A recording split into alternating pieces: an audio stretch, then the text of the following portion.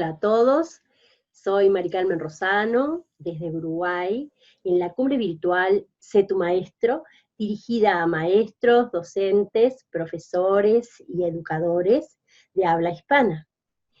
En esta oportunidad tengo el agrado de presentar a Cecilia von Sanden. Ella es uruguaya, maestra, terapeuta gestáltica con formación en constelaciones estructurales y además integrante de la Escuela de Registros Akáshicos, la Escuela Latinoamericana de Registros Akáshicos. Ella nos va a contar cuál ha sido su trayectoria, cuál ha sido su formación. Pero en principio vamos a dar la bienvenida. Bienvenida Cecilia, ¿cómo estás? Muy bien, hola Mari Carmen, muchas gracias por esta invitación que me honra mucho y me hace sentir feliz de participar en esta tu iniciativa de Sé tu Maestro. Y bueno, y saludo a todos los que están del otro lado de la pantalla, bienvenidos también y gracias por estar ahí. Bien, en especial invité a Cecilia porque ella tiene formación en eneagrama y terapia integrativa. Y la conversación de hoy tiene que ver con esta herramienta. Y me gustaría, Cecilia, que nos contaras cuál ha sido tu principal reflexión al recibir esta invitación para dirigirte a colegas. Bueno, realmente cuando recibí la invitación fue una grata sorpresa y cuando leí tu propuesta sentí que sintonizaba muchísimo con algo que yo estoy buscando hace tiempo y es trabajar y tomar en cuenta quiénes somos las personas que estamos en educación, quiénes somos las personas que ejercemos esta profesión y que nos encontramos con otras personas, ¿no? Entonces, más allá de los conocimientos técnicos, de la formación didáctica, la formación específica para ejercer el rol que nos toca cumplir desde esta profesión de educadores, también no podemos dejar de lado nuestras vivencias, nuestros sentimientos, nuestras creencias como personas. Y eso entra en juego, pero nunca en la formación está contemplada este aspecto, ¿no? La toma de conciencia de este aspecto y cómo gestionar las emociones en los encuentros cotidianos en el aula. Y me pareció que tu propuesta de esta cumbre virtual y de este espacio Sé tu Maestro iba muy en consonancia con esto. Bien, muchas gracias por aceptar esta propuesta, Cecilia, y esperemos que llegue a la mayor cantidad de docentes, de maestros, de profesores, de educadores en el mundo. Así que es un honor y una gran satisfacción poder estar juntas en este emprendimiento. En principio me gustaría que nos contaras cómo ha sido ese proceso tuyo de evolución personal, de crecimiento, y cómo ha sido tu formación para llegar a las actividades que realizas hoy. Bueno, en realidad creo que el tema del autoconocimiento estuvo desde siempre, solo que ha ido variando los caminos o las alternativas, las puertas que he encontrado para acceder cada vez a niveles más profundos y a un autoconocimiento mayor. Así como hito, digamos, como momento importante, recuerdo cuando estaba en el último año de la carrera de magisterio, y fue un camino de abordaje corporal y me hizo descubrir bueno, esa importancia del cuerpo en la vida, en nuestra expresión, en nuestras relaciones y sobre todo eso, todo lo que transmitimos cuando estamos frente a un grupo a través del cuerpo y todo lo que recibimos a través del cuerpo también, ¿no? Y a partir de allí, bueno, una serie de experiencias, de espacios, de autoconocimiento, y en algún momento llegó el eneagrama, que es el motivo de la charla de hoy, y bueno, al principio con mucha curiosidad, después con un interés más de profundizar y conocer y realmente usar la herramienta para mí, y posteriormente de entender a las otras personas y poder usarla en el trabajo también, para entender a las demás personas con las que me toca encontrarme día a día. Bien, tú has recibido formación en diferentes técnicas, diferentes herramientas. ¿Quieres contarnos sobre eso? Sí, bueno, sí, mi primera formación como maestra, después hice gestión de centros educativos y esto también ha sido un gran desafío que interpelaba también mi carácter, ¿no? Cómo gestionar personas, ¿no? Y cómo entender no solo el mundo de los niños, sino el mundo adulto, que teníamos un fin en común, un objetivo común, ¿verdad? Y cómo tratar con la diversidad de personas que nos encontramos en un centro educativo. Posteriormente hice la formación en terapia gestáltica. Antes de mi propio proceso, ¿no? Como paciente en terapia gestáltica ya me hizo notar cómo muchas miradas, enfoques, consignas que a mí me ayudaban en la terapia, de alguna manera después las llevaba sin querer, sin premeditación al aula y funcionaban. Y luego al reflexionar y mirar lo que había pasado, sentía que funcionaba. Entonces ya desde ahí empezó mi inquietud por establecer puentes, ¿no? Entre lo pedagógico, lo terapéutico, y ir profundizando en esto, cómo adaptar ciertos enfoques, ciertas consignas, ciertas maneras de comunicar, de mirar al otro en el contexto educativo. Después vino la formación con Claudio Naranjo en Enneagrama y terapia integrativa, intenso, profundo, la primera impresión fue de escorrer un velo, y luego fue como una cascada de sacar capas y capas, de velar, o ponerle nombre también y ordenar percepciones que tenía sobre mí, sobre los demás, o percepciones sobre los eventos de mi vida, situaciones marcantes, y una sensación de apertura y mayor comprensión, ¿no? Del ser humano. Y más recientemente, mi formación en constelaciones estructurales, y siento que todo va sumando, complementando y dándome distintas herramientas y distintas maneras como puertas de entrada para acceder a los temas que nos inquietan como seres humanos y en particular como docentes. Los registros acásicos también es una formación más reciente, y bueno, es a nivel personal muy, muy grato, también un gran descubrimiento, una expansión en muchas dimensiones, y bueno, y ahora estoy aquí.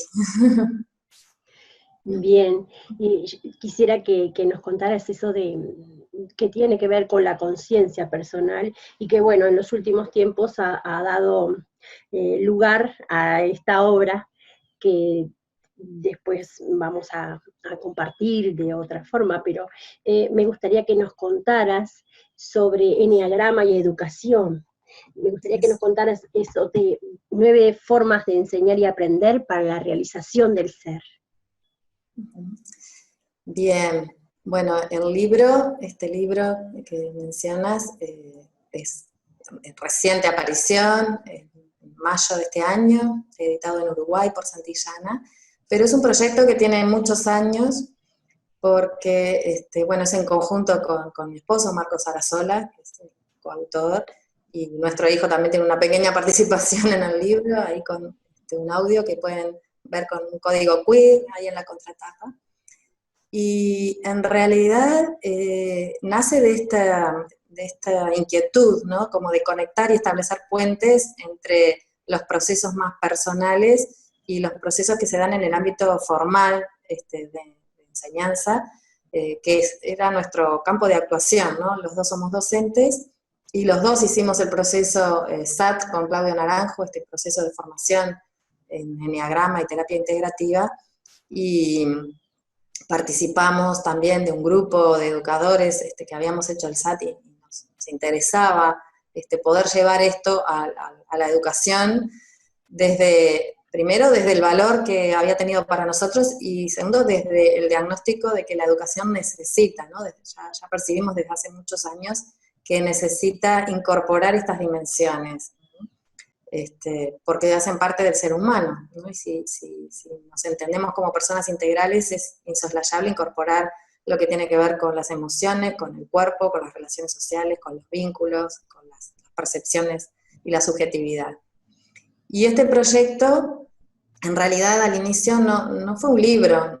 Nuestra primera propuesta o idea fue hacer una formación para educadores, una formación en el ámbito educativo, y finalmente presentamos el proyecto, no prosperó en aquel momento.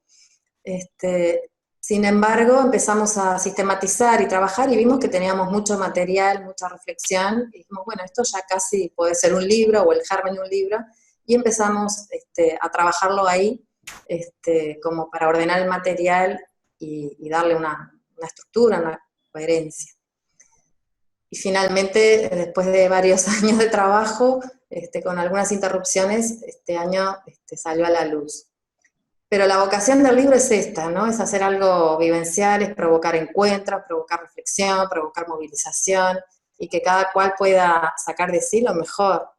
Por eso el título, 9 formas de enseñar y aprender para la realización del ser.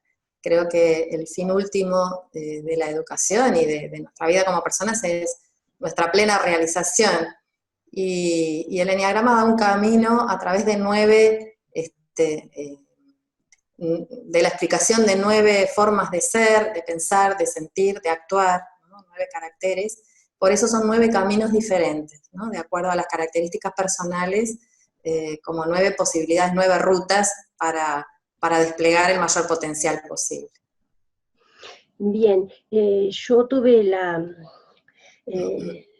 satisfacción, el privilegio de participar en un programa SAT también que nos brindó el Consejo de Educación Primaria en el año 2015.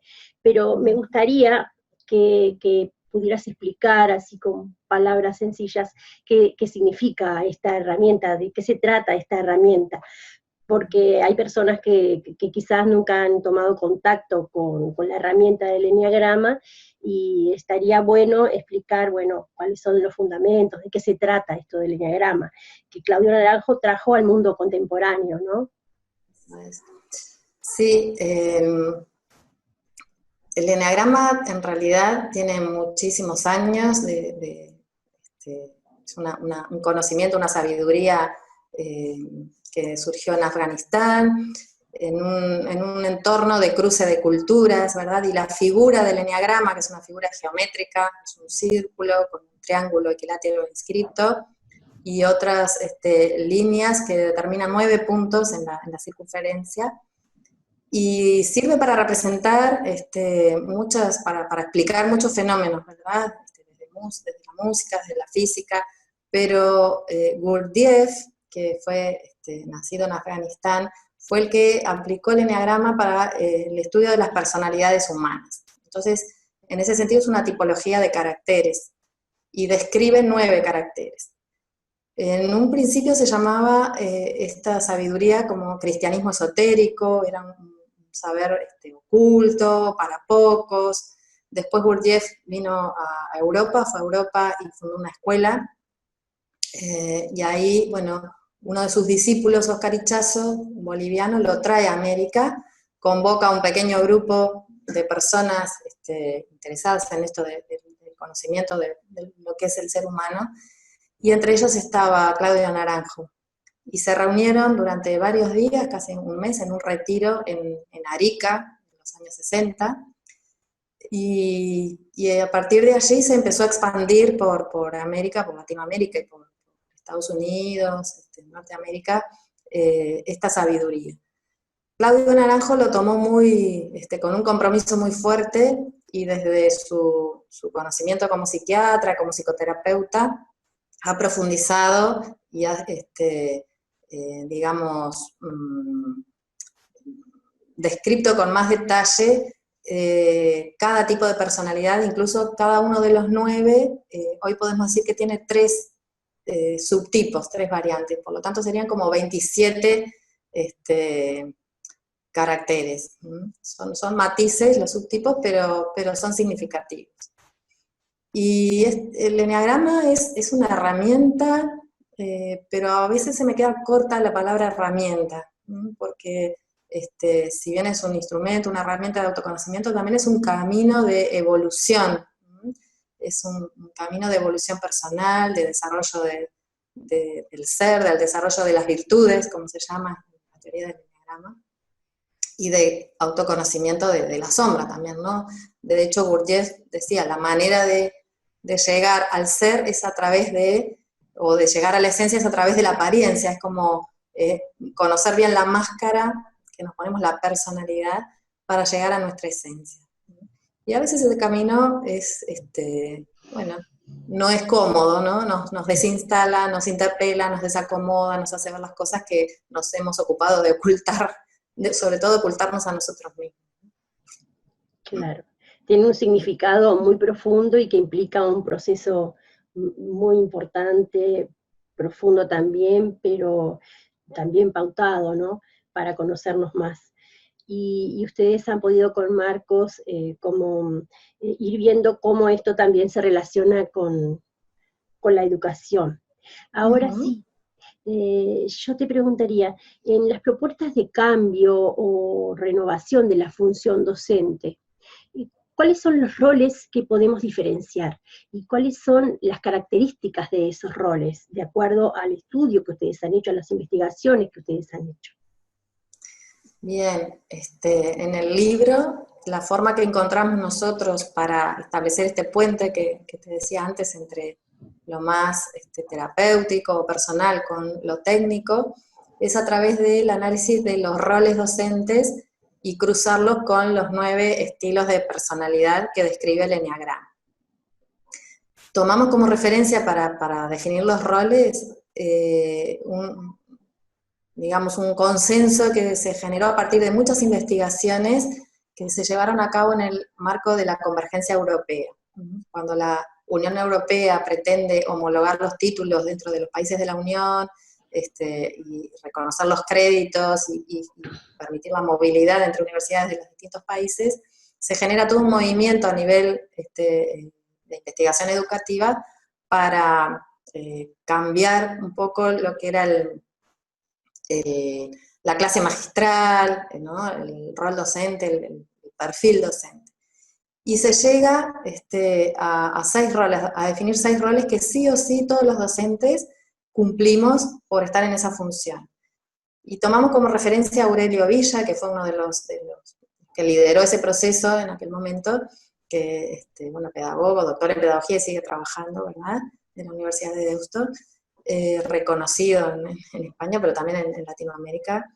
Y él, en sus investigaciones, llega a definir 6 roles, ¿no? El docente es un motivador, es un líder, es un facilitador, es un coordinador, es un organizador del trabajo.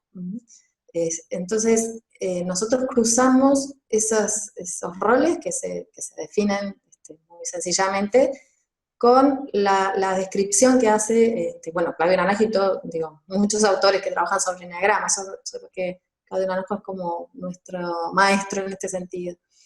Y empezamos a observar cómo cada eneatipo, o sea, cada tipo de carácter del eneagrama, ejerce estos roles, ¿no? Porque el liderazgo, por ejemplo, que la versión clásica, ¿no?, o más tradicional, uno podría decir, bueno, hay algunos que nacen con carisma para líderes y otras personas que no van a ser. Entendemos que no, en otra perspectiva más actual del liderazgo, en realidad cada persona tiene un potencial de liderazgo de una manera diferente. Entonces, vamos observando según cada estilo de carácter, cada eneatipo, ¿no?, el perfeccionista o el original o el sabio, como los nombres que les ponemos a los distintos tipos, va ejerciendo ese rol de líder o cómo va ejerciendo el rol de motivador o el rol de coordinador, etc. ¿Cómo podemos diferenciar o cómo podemos relacionar estos roles con la forma personal en que se lleva a cabo la función? Es decir, con los estilos personales. Bien. El eneagrama en sí, si el público, los oyentes, busca literatura, van a ver que los libros dicen, bueno, el tipo 1, la personalidad 1, tiene tales y tales características. Y uno ¿Cuáles se son? identifica o no se identifica con determinado tipo, ¿verdad?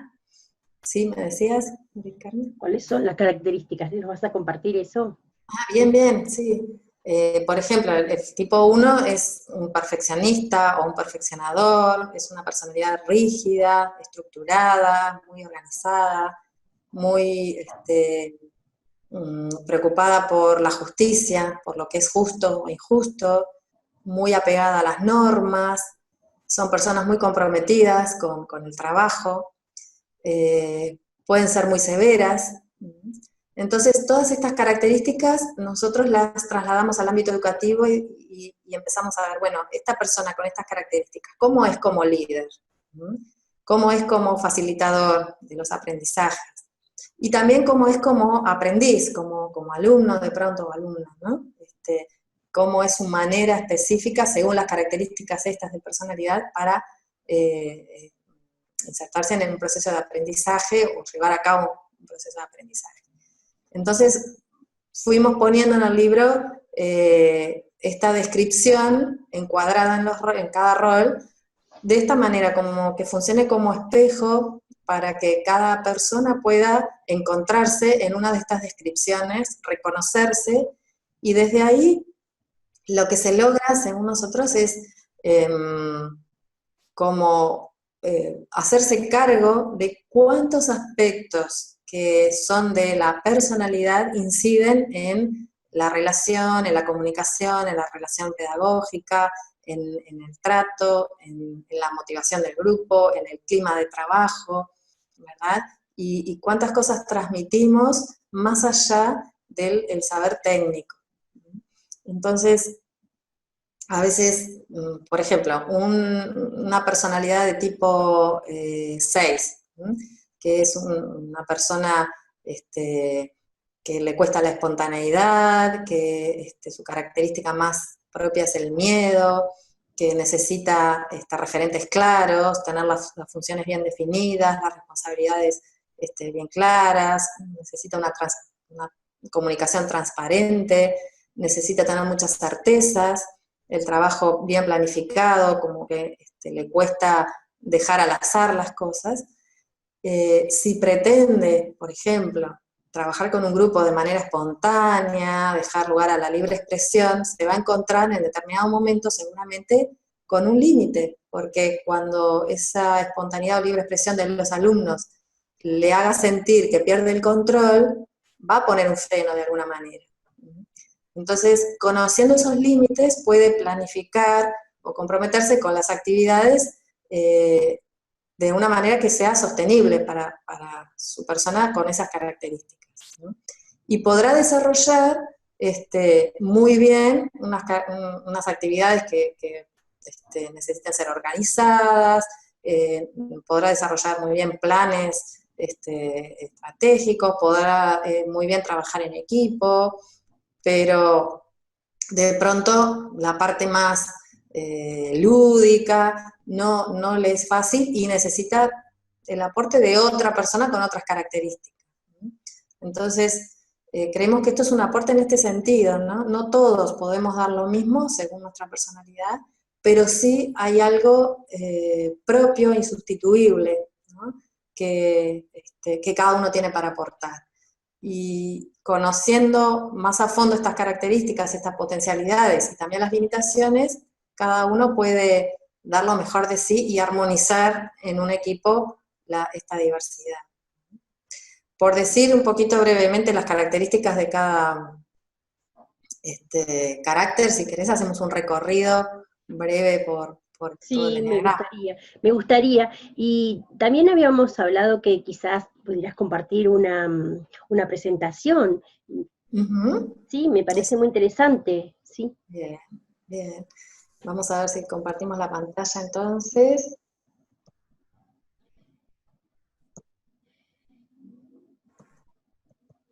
Ahí está. Bueno, este es la contratapa del libro, donde decimos que creemos en la fuerza transformadora de un proceso de autoconocimiento en el ámbito educativo, ¿verdad? Un poco por lo que ya había explicado. Y yendo, a ver si puedo pasar la diapositiva.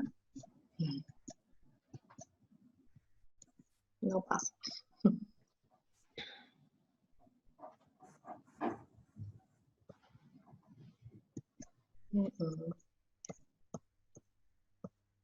Bueno, aquí vamos a tener que cortar, Marica. Ay. Muy bien. Aquí estamos viendo lo que hablábamos de los roles. Exacto, estos son los roles que les comentaba antes, definidos a partir de la convergencia de universidades europeas, y tomamos este material de Aurelio Villa en el 2006. Entonces, estos son los 6 roles: organizador, facilitador, motivador, evaluador, coordinador y líder. Cualquier docente, sea en el ámbito de educación inicial, primaria, educación secundaria o universitaria, e incluso en el ámbito no formal, sí o sí ejerce estos roles, ¿no? Porque hacen a la identidad de la función. Quizás no de esta forma tan fragmentada como lo estamos mostrando aquí para poder analizar, ¿verdad? Y describir. Se van dando de forma integral. Y quizás a veces no de forma tan consciente, pero sí es reconocible que los ejercemos, ¿no?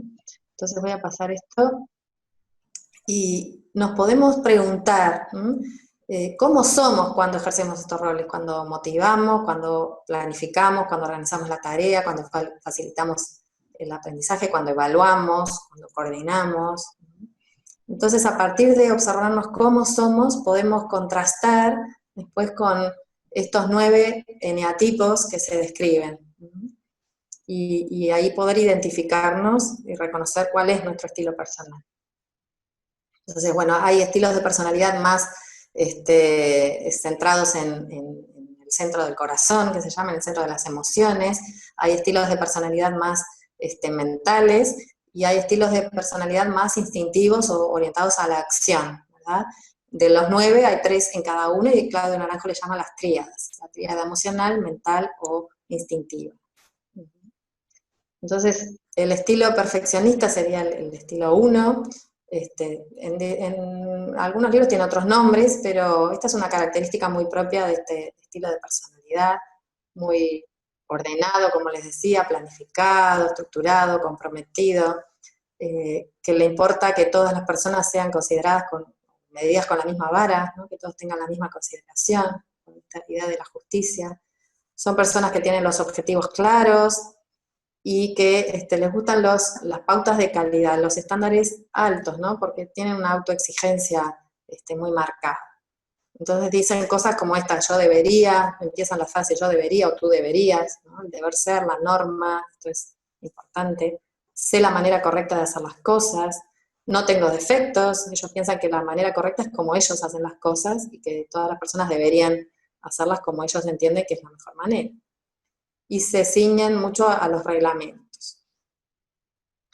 El estilo ayudador, el 2, son personas orgullosas generalmente, que les gusta el prestigio, les gusta dar servicio, ayudar a otros, se muestran siempre muy disponibles, suelen ser halagadores, ¿no? Tú siempre estás guapa. También mantienen los vínculos, o les gustan más los vínculos en el ámbito no formal que en el formal, con los alumnos y alumnas, con los colegas. Suelen estar a la derecha del líder, no son los de primera línea, pero les gusta estar en un lugar de privilegio con respecto al líder, ¿no? Y que se los reconozca por ello. El estilo pragmático, o el 3 en el eneagrama, que pertenece a la tríada emocional, como el 2, son personas que viven muy en función de la imagen, muy vanidosas, bastante exitistas, y sobre todo orientadas a los logros, ¿no? Como que las acciones tienen que ser efectivas, tienen que tener resultados medibles en lo posible. Les gusta mucho la innovación, son muy emprendedores, competitivos. Entonces, son muy concretos también, ¿no? En sus planificaciones, en sus evaluaciones, en sus acciones en general, de poco discurso y más práctica. El estilo original, el 4, suelen ser personas que están muchas veces en la educación, en las áreas artísticas o que permitan la expresión, les gusta mucho el contacto a través de la comunicación de los sentimientos, se sienten muy empáticas y se sienten personas muy especiales, como que tienen que hacer cosas fuera de lo común. Esto a veces les hace también sentirse un poco incomprendidas, porque como se ven tan especiales, piensan que nadie va a entender su punto de vista o su manera de hacer las cosas. También son tendientes a la queja y a ver que todo lo peor les pasa a ellos, ¿no? Entonces, de pronto una maestra, un profesor que viene con todos los días se queja de algo de los alumnos, quien está gestionando o los colegas pueden decir, bueno, aquí hay algo que hay que ver si es real o si es más de estilo de personalidad, que lo vive, lo percibe, todo así. El estilo sabio, o el 5, también llamado el avaro o el austero, son personas más bien observadoras, reflexivas, que no llaman mucho la atención. Pueden estar rodeadas de gente en una sala de profesores y ni se nota que están ahí porque están concentradas en lo suyo por lo general. Les gusta mucho la actividad intelectual, la investigación, el trabajo a un ritmo propio, con pocas exigencias, no trabajan bajo presión. Pero sí les gusta profundizar en lo que estudian, en el tema que sea, en la disciplina que tengan a cargo, les gusta profundizar, siempre sienten que no es suficiente el conocimiento que tienen, y como sienten que no es suficiente, siguen estudiando y se llegan a especializar y ser eruditos en su tema, aunque no lo sientan así. El estilo cumplidor, el 6, son personas, aunque no aparenten, bastante cobardes, les cuesta tomar decisiones, cobardes en este sentido, que por miedo muchas veces no se definen, no toman postura o dudan mucho, porque tienen miedo o a equivocarse o a ser castigadas, reprendidas por errores. Necesitan mucha certeza, ¿no? Hablé un poquito antes de esto, mucha seguridad, son muy mentales, muy reflexivos, muy comprometidos también con el trabajo, personas muy dadas al trabajo en equipos, porque son muy leales y se ciñen mucho a los compromisos. El estilo optimista son los divertidos del equipo, los que organizan las fiestas, las salidas, son personas muy positivas, se les llama también los golosos, les gusta probar todo, experimentar de todo, disfrutar de todo. Entonces las clases tienen que tener humor, tienen que tener acción, tienen que ser creativas y flexibles y divertidas, porque si no sienten que no vale la pena. Y son personas que tienen una gran verborragia, entonces basan mucho su enseñanza en el poder de la palabra. Y suelen ser muy sugestivos a través de la palabra. El justiciero es una personalidad que se muestra muy, muy fuerte, se conciben los fuertes, son muy megalómanos, si se quiere, todo lo quieren a lo grande, todo lo más, y muy protectores de los suyos, ¿no? Un docente de este carácter, sus alumnos son intocables, mis alumnos los protege, nadie puede decir nada de ellos, y se entregan por entero, 100% por los que consideran los suyos, ¿no? Asumen muchos riesgos, mucho compromiso, tienen mucha energía física, y marcan mucha presencia, nadie pasa indiferente, nadie se mantiene indiferente frente a ellos, ¿no? Son estas personas que logran, o amigos o enemigos, pero no medias tintas, generan mucho impacto. Les gusta escandalizar, entonces son clases, cuando hay un docente de este estilo, son clases muy provocativas, muy movilizadoras, que eso, nadie se queda indiferente. Y el estilo conciliador, el 9, también se le llama el pacífico en algunos libros, o el armonizador, son personas este típico bonachón o bonachona, que parece que siempre está bien, que nada lo altera, que comprende a todas las personas, que está muy atento a los detalles. Entonces son personas que les gusta mucho el trabajo de apoyo mutuo, buscan que la armonía siempre se mantenga, que la paz siempre se mantenga, que las cosas no se alteren. También son docentes que mantienen mucha inercia, ¿no? Cuando algo sienten que funciona, que les funcionó en algún momento, lo siguen haciendo y practicando de la misma manera porque lo viven como, bueno, ¿para qué cambiar si funciona?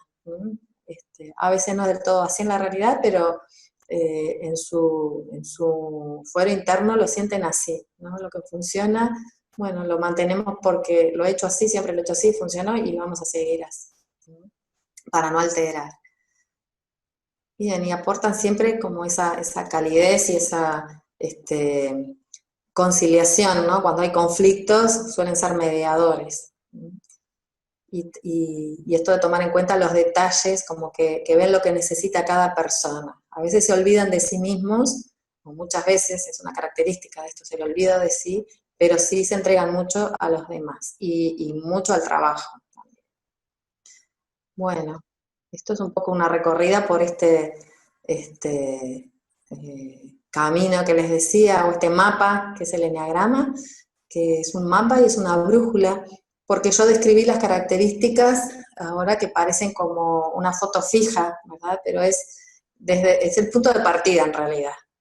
El carácter como esa estructura que se configura en los primeros años de vida, ¿verdad? Y que tiene un aspecto cognitivo, ¿no? Unas creencias, una cosmovisión, un aspecto emocional y un aspecto corporal también, ¿no? Las personas de distintos caracteres también configuran como una estructura corporal, unas posturas determinadas, hay caracteres más rígidos, otros más flexibles,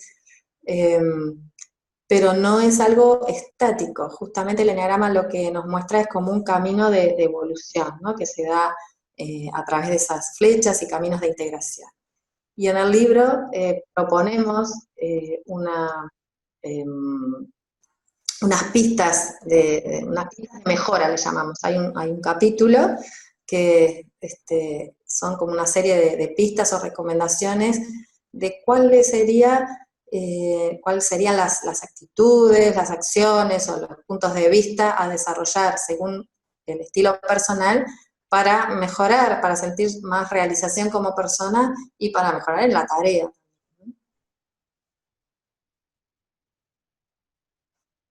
Bien, Cecilia, mientras tú vas dejando de compartir pantalla, yo lo que quería comentar es que me parece sumamente interesante el recorrido que hemos hecho por las distintas modalidades de los caracteres, ¿no? Y también moviliza bastante porque, y bueno, y yo esto sí, esto no. La cosa es tener presente que es un camino de conocimiento, como hablábamos hoy, ¿no? Muy profundo y que tiene que ver con conocerme a mí mismo para después brindarme de la mejor manera y también resolver mi vida de la mejor manera, ¿no? Creo que eso es como lo fundamental, no es yo me puedo encajar en este eneatipo bueno, ¿qué hacemos después cuando nos encontramos en alguno de los eneatipos? Claro. En realidad son procesos de identificación y desidentificación, ¿no? Esta estructura de carácter que cada uno ha configurado, como la hemos construido de manera no consciente, ¿no? Desde la gestación, la primera infancia, la vamos asumiendo como nuestra identidad real, como nuestra identidad única.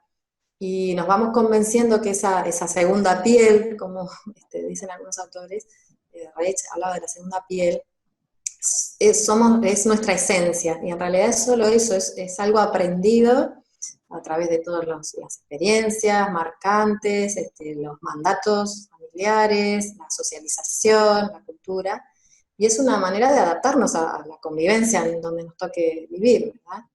Pero no es inmodificable. Así como la cultura cambia, también las personas cambiamos, nuestras ideas, nuestras creencias, nuestra forma de relación, nuestra forma de sentir, de pensar y de actuar.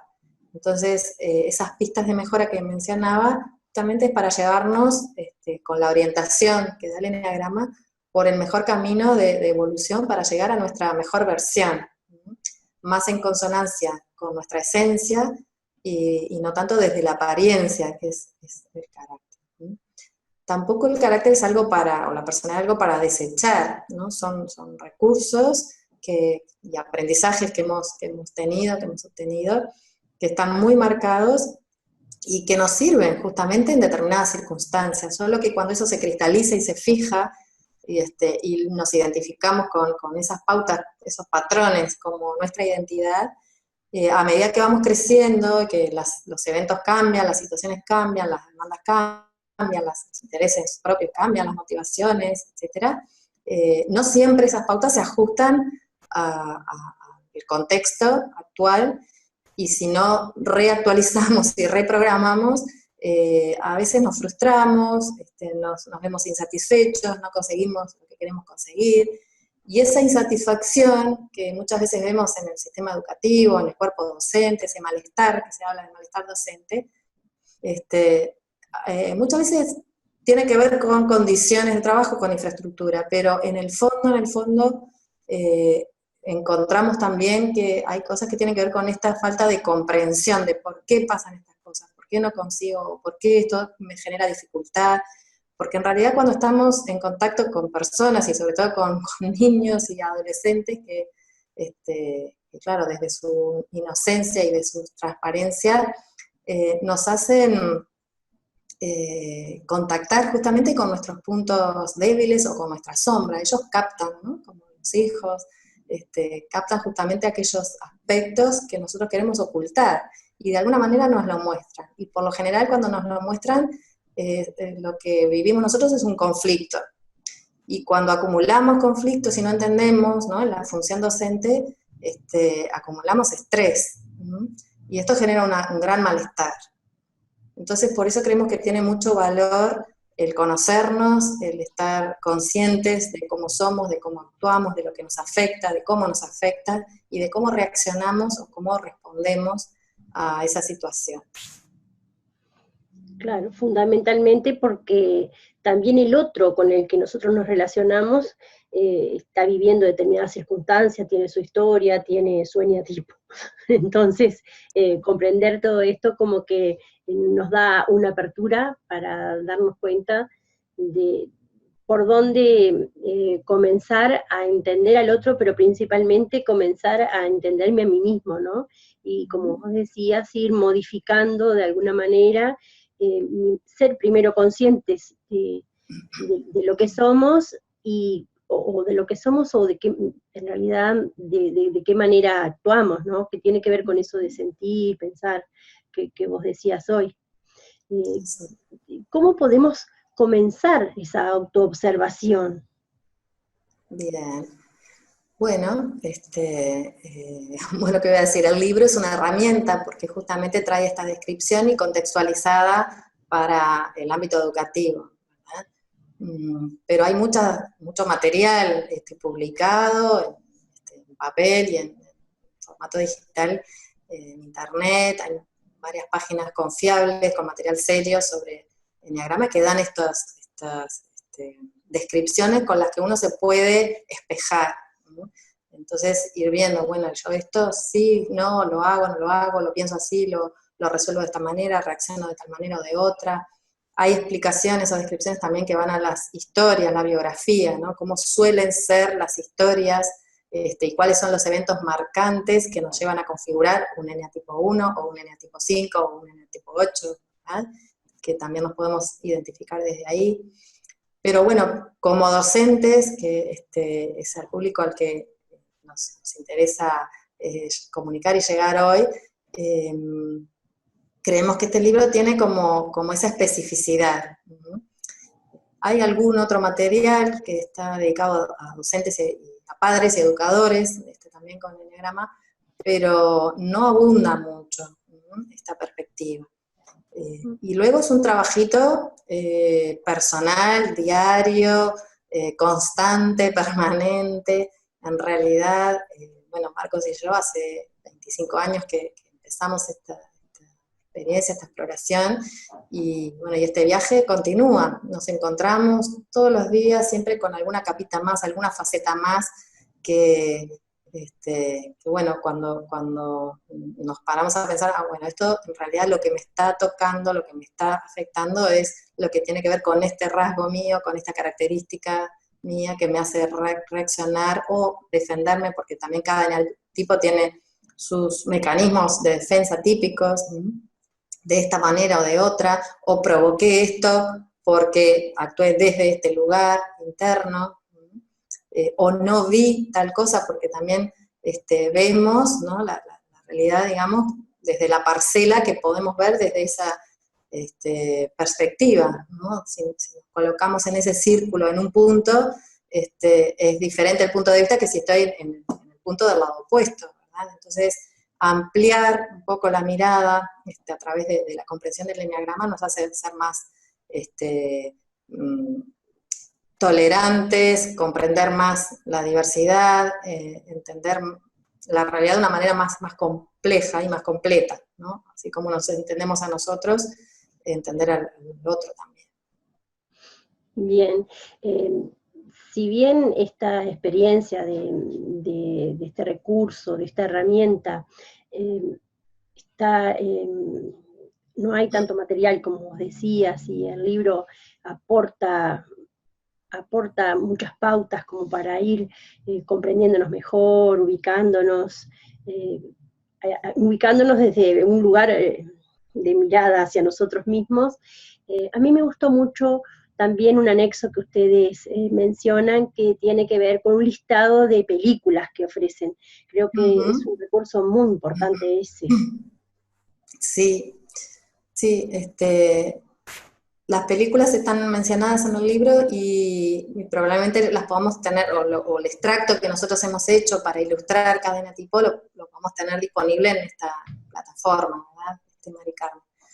Porque hemos trabajado seleccionando imágenes que explican o ilustran, demuestran esto que ponemos por escrito a través de la imagen, a través de distintos personajes que encarnan a docentes en distintos ámbitos en 9 películas que nosotros hemos, bueno, hay un listado mucho más amplio, pero hemos trabajado sobre 9 seleccionando esas escenas. También decir que es muy importante, más bien imprescindible, insoslayable, según nuestro parecer, que una cosa es leer sobre eneagrama y otra cosa es trabajar con el eneagrama, apropiarse de la herramienta, que pasa también por un proceso vivencial y por un proceso con otros. Sí. Porque uno puede llegar hasta cierto punto en solitario, puede llegar hasta cierto punto desde la comprensión intelectual, pero en realidad una comprensión cabal se llega cuando integramos también el aspecto vivencial, ¿no? Ponerse en situación y pasar por la experiencia, experimentar en el cuerpo las sensaciones, las emociones, y espejarse con otros a través de también compartir experiencias, es como imprescindible para este proceso de autoconocimiento, de transformación y de evolución. Sí, sin duda ese aspecto de la vivencia es lo fundamental, ¿no? Hoy lo que ofrecemos en esta cumbre es, bueno, brindar como algún abanico de posibilidades o de herramientas que nos permitan mirarnos desde otro lugar, o por lo menos saber que hay diferentes caminos para conocernos mejor y para conocernos más a nosotros, a los otros, y para poder en consonancia después cuidarnos también de otra manera, ¿no? Y tratar de vivir mejor, lograr el bienestar, la armonía, o por lo menos entender que estamos aquí no solamente para estar siempre estresados o con ansiedad o corriendo, como a veces nos pasa a los docentes la mayoría del tiempo. Así que, bueno, me gustaría que al final pudieras brindarnos una reflexión, algo que tengas ganas de compartir, como para ir cerrando todo esto que nos has contado, que es sumamente interesante. Bueno, en realidad que es un gusto compartir esta herramienta porque para mí fue muy reveladora, fue muy potente en mi proceso y es un gusto poder darla a conocer o dar a conocer esta posibilidad a colegas de varias partes del mundo, ¿no? Es como una oportunidad muy, muy grandiosa. Y no es el único camino de autoconocimiento, por supuesto, y hay muchas herramientas y cada vez más hay herramientas de disposición, ¿verdad? No podemos decir que no contamos ahora con herramientas, pero sí decir que para mí esta ha sido muy reveladora, da una claridad, es como radiográfica. Uno realmente puede encontrarse en uno de los eneatipos y desde ahí avanzar como con apoyos, ¿no? Como si uno fuera caminando con apoyos, con espejos, como por un sendero que puede ser incierto, pero que el eneagrama nos da señalizaciones. Entonces, desde ese lugar y desde esa experiencia, para mí es un placer poder compartirlo. Y sobre todo, me place mucho el estar aquí mirando más allá, ¿no? Como que esto es un camino, una posibilidad, pero para esto que dice el título, la realización del ser, ¿no? Creo que ese es el propósito más amplio y que a veces la educación justamente ha ido como en contra, ¿no? Nos ha cercenado posibilidades, nos ha hecho vernos más pequeños, a los seres humanos más pequeños de los que somos, o más limitados de lo que somos, y creo que una transformación profunda, contundente, que habilite a la realización plena de los seres humanos, pasa por esto, ¿no? Por saber quiénes somos. Y bueno, esto pretende ser un aporte en ese sentido. Así que gracias.